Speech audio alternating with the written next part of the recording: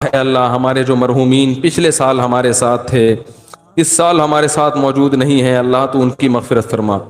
اے اللہ ان کی قبر کو،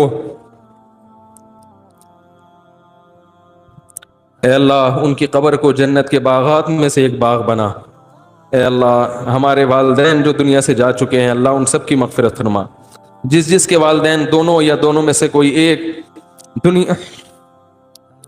دنیا سے جا چکے ہیں، اللہ تو اپنے فضل سے، رمضان کی برکت سے، رمضان کے آخری عشرے کی برکت سے، اور اللہ اس مقدس رات کی برکت سے، اللہ تو اپنے فضل سے ان کے جرائم کو، ان کے گناہوں کو معاف فرما۔